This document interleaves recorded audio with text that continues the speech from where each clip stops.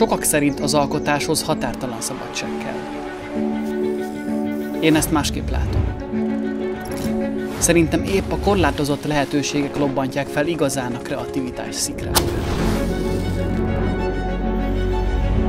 Így amikor a Magyar Aranyász Egyesület megkeresett, hogy készítsek nekik egy reklámfilmet zéró büdzséből, forgatás nélkül, néhány fotóból és kusza ötletekből, megláttam a kihívásban rejlő lehetőséget, és igent mondtam. Az Egyesület aranyban gazdag kőzetének eladásával akarta biztosítani saját finanszírozását.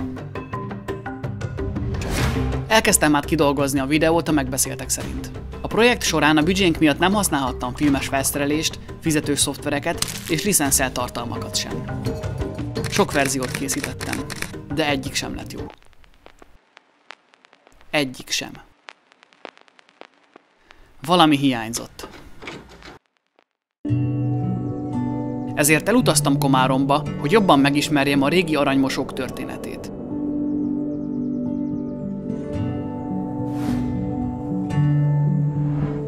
Ezt a 19. században virágzó szakmát mára szinte teljesen elfelejtettük.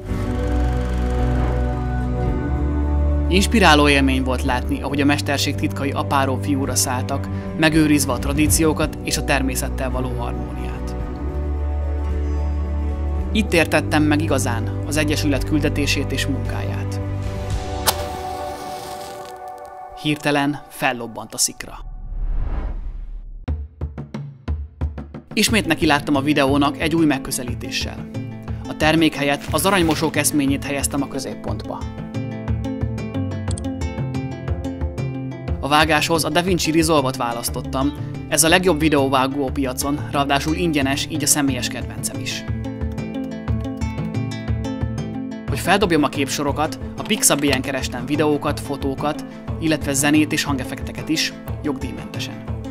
Az általam felmondott szöveg pedig az Eleven Labs mesterséges intelligenciája révén változott professzionális narrációvá. Hangpróba 1-2, 1-2. Szükségem volt néhány látványos animációra. Ezeket Canvában alkottam meg, ami nem csupán egy design szoftver, videószerkesztő funkcióval is rendelkezik. A kapott fotókból és az elérhető több száz sablonból összeraktam a kompozíciót, majd a beépített animációkkal mozgásba hoztam őket.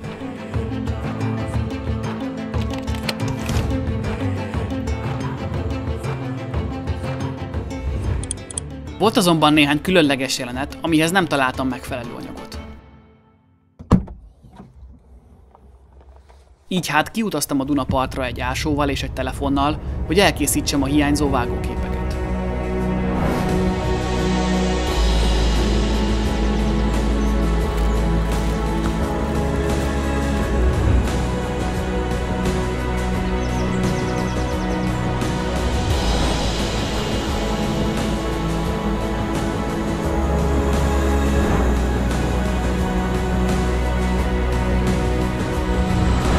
A videó elején a drónfelvétel mellé kellett egy hasonló mozgású snit közvetlenül a kavicsokról, amivel fel tudtam vezetni az arany mítoszát.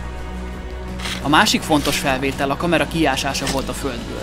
Ezzel akartam szimbolizálni, ahogy újra felfedezzük a múltat. Megvan! Fordítva kell csinálni.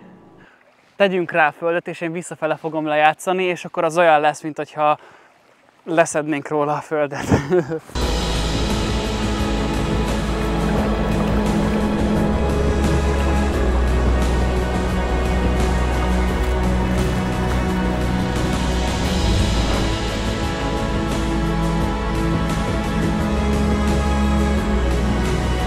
Így tudtam elkészíteni ezt a projektet egyetlen forint nélkül. Íme a végeredmény. Aranylác a Dunaparton. Nem is gondolnád, de a Duna homokja évszázados kincseket rejt. Régen az aranymosás virágzó mesterség volt Győrtől Komáromig. Apáról fiúra szállt, aztán teljesen elfeledték. Itt az idő, hogy visszaállítsuk a szakma régi ragyogását. Ha neked is fontos a hagyományőrzés, a jó közösség és a felejthetetlen élmények, támogasd a Magyar Aranyász Egyesületet mosott dunai kőzetünk megvásárlásával, akár 0,7 g aranytartalommal. Rendeld meg most webshopunkban és légy részese az aranymosók közösségének szerte az országban. Ez a projekt tökéletes emlékeztető volt számomra, hogy a szűk korlátok között tud igazán szárnyalni a kreativitás.